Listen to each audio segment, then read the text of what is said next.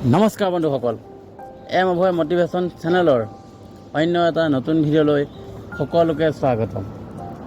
আপুনি যদি মোৰ চেনেলটোত প্ৰথমবাৰৰ বাবে আহিছে, ভিডিঅ'টো লাইক এটা কৰিবলৈ একেবাৰে নাপাহৰিব।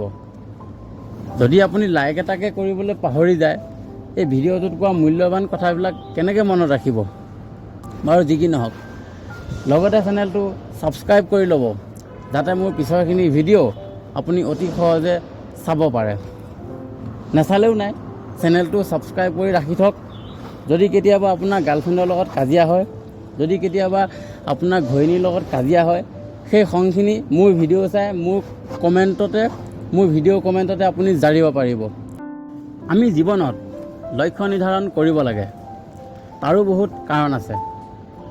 তাৰ মাজৰে দুটামান সৰু সুৰা পইণ্ট আপোনালোকক উল্লেখ কৰিম আৰু চমুকে সিমানতে ভিডিঅ'টো সামৰণি মাৰিম। কাৰণ আজিকালি 10, 15, 20 বা 30 ছেকেণ্ডত ৰিলছ চোৱা আৰু শ্বৰ্ট ভিডিঅ' চোৱা সমাজত মইনো ইমান দীঘল ভিডিঅ' আপলোড কৰি কোনখন পাহাৰ ফালিম? তো বলক আজি ভিডিঅ'টো আৰম্ভ কৰোঁ। লক্ষ্যবিহীন জীৱন, তাৰ পিছৰখিনি আপুনি যিটো ভাবিছে সেইটো আজি নাই, মই ডাইলগ চেঞ্জ কৰিলোঁ। লক্ষ্যবিহীন জীৱন টকা নোহোৱা মানি পাছৰ দৰে, একো মূল্য নাই, একো ভেলু নাই। সেইকাৰণে জীৱনত লক্ষ্য নিৰ্ধাৰণ কৰক আৰু সেই লক্ষ্য প্ৰাপ্তি কৰক আৰু নিজৰ ভেলু সদায় বঢ়াই ৰাখক। किसी ने बड़ी खूब कहा है जीवन में सभी आदमी लक्ष्य बना नहीं सकता और सभी अपना वैल्यू बढ़ा नहीं सकता।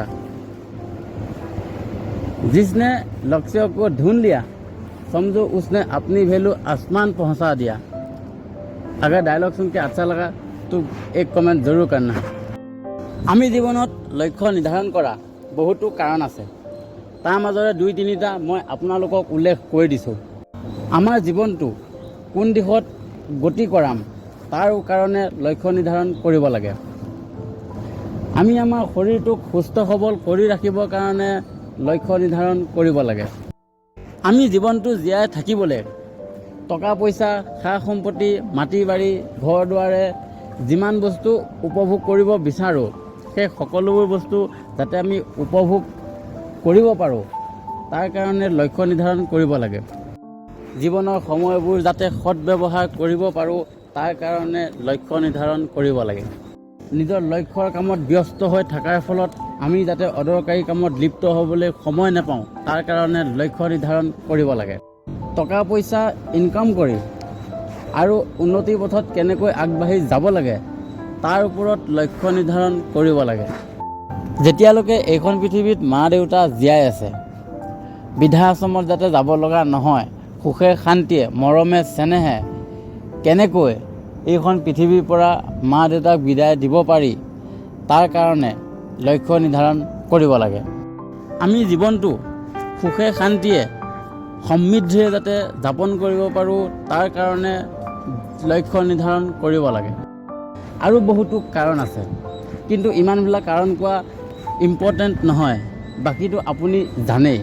সেইকাৰণে আজিলৈ এইটো ভিডিঅ' ইমানতে সমাপ্ত মাৰিলোঁ। ধন্যবাদ।